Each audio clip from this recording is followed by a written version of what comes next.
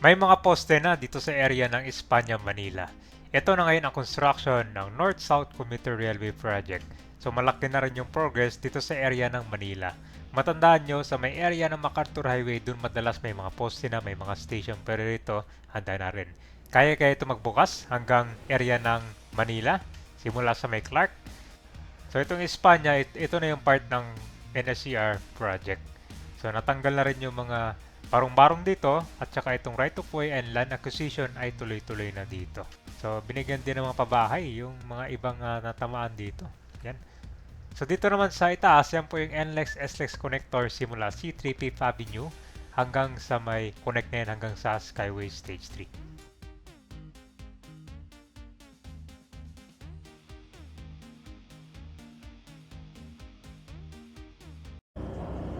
Nandito na tayo ngayon, PNR Espanya Station. So yung dating station dito na demolish na yun. Para ito ay gagawing elevated na. Maraming pasahero din. Dati nabutan ko to yung commute dito talagang siksikan. Lalo na pag galing kang Buendia dito kababa. Sardinas talaga. Pero ngayon good news dahil ito ay ginagawa ng NSCR project, no, yung station. So ngayon guys, ang i-update natin, no? Ayan. So kita mo to, ito yung papasok papuntang ano yan, sa NLEX. Papuntang NLEX Harbor Nig na yan. Yan sa ramp. Tapos dito sa kabila naman, yan po yung NSCR project. Kung saan gagawing elevated na. Matagal na rin na demolition, no?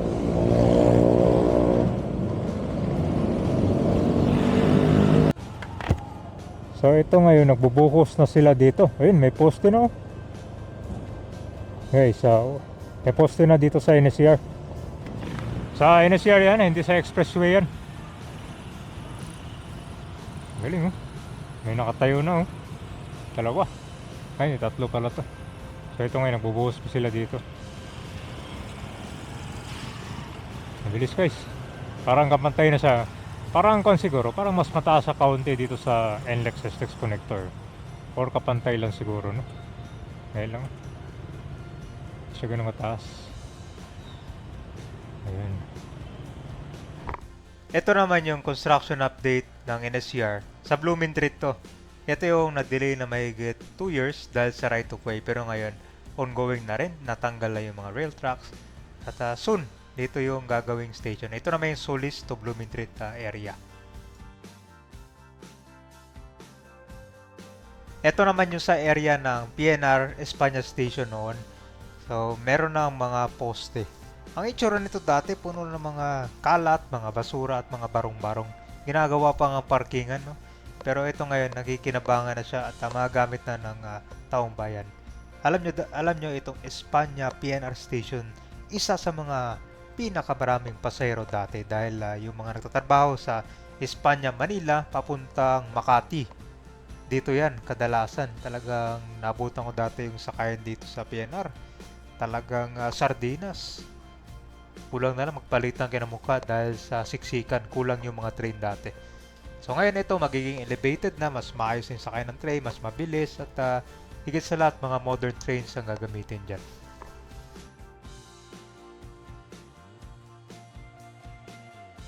Unting-unting natutupad na yung pangarap na gagawing elevated na to. Hindi tulad ng mga lumang PNR na nasa ground level siya, no. Ang NSCR itaas to, yan yung viaduct style para sa ilang mahalagang dahilan. Ito, unang-una, wala ng traffic, wala ng crossing. Stoplight pa yan dito para makadaan lang yung mga sakyan. Hindi na kailangang huminto ang train para sa mga kalsada dahil ito ay grade separation na. Wala na rin peligro or aksidente sa mga raides na dati ay dinadaanan ng mga sasakyan at tao.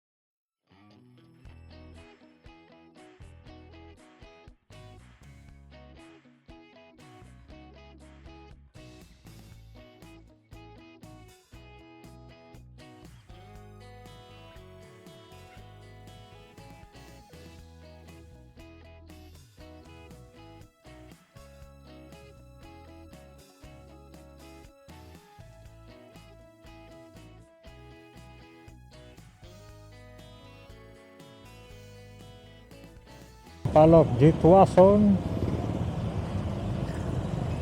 Yun, kinikonstruction nyo. Marami ding mga bahay ang natanggal dito, no? Ilalim. Nandito na tayo sa Aurora Boulevard. So ito yung portion ng NLEX SLEX connector na bukas na sa publiko hanggang dito sa Aurora Boulevard. So ang karugtong nito, ito na yung ginagawa hanggang doon sa may pag-connect ng Skyway Stage 3.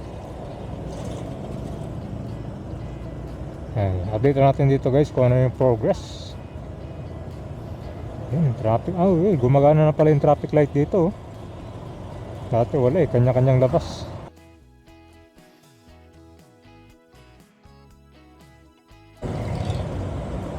So itong kaliwa guys, papuntang expressway na yan. So dito, wala pang mga poste, no? Dito sa area ng Aurora Boulevard, ginagawa pa.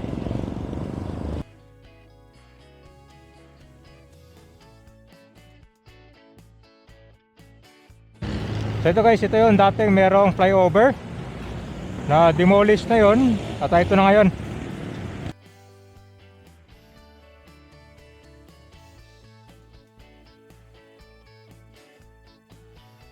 Meron ng pedestrian lane, diyan dadaan yung mga tao, no? Mas malawak na yung Magsaysay Boulevard ngayon dahil ito ay 6 lanes na. So yan, may update natin dito sa NLEX SS connector tsaka dito sa NSCR project kung saan dito magdurugtong. Okay.